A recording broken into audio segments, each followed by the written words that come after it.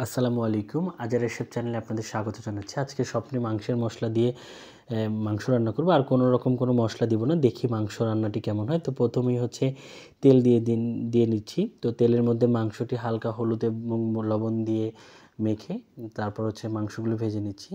মাংসগুলো এপিঠ করে ভাজা শেষ হলে মাংসগুলো তুলে নিচ্ছি এবং একই তেলের মধ্যে আলুগুলো দিয়ে দিচ্ছি। আলুগুলো ঠিক একইভাবে হালকা করে ভেজে নিচ্ছি। আলুগুলো ভাজা শেষ হলে আলুগুলো তুলে নিচ্ছি। এরপরে কড়াইয়ের মধ্যে পরিমাণ মতো পেঁয়াজ এবং হচ্ছে লবণ দিয়ে হালকা কিছুক্ষণ নাড়াচাড়া করে মাংসের মশলার যে মিক্সটি আছে সেটি প্রায় 2-3 চামচ হচ্ছে দিয়ে দিচ্ছি এবং হালকা একটু পানি দিয়ে মশলাটা কষিয়ে নিচ্ছি। তো মশলা কষানো হলে এই মশলার মধ্যে আলু এবং মাংসগুলো দিয়ে দিচ্ছি। তো এবং আলু এবং মাংস দেওয়ার পর সামান্য একটু পানি দিয়ে কিছুক্ষণ নাড়াচাড়া করে নিচ্ছি, মানে কিছুক্ষণ কষিয়ে নিচ্ছি।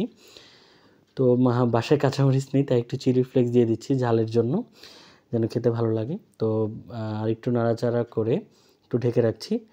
তো নাড়াচাড়া করার পরে আমি মনে হচ্ছে যে প্রায় কষানো হয়ে গিয়েছে। তো এর মধ্যে হচ্ছে এখন গরম পানি দিয়ে দিব, পুরো যতটুকু আমি ঝোল রাখতে চাই।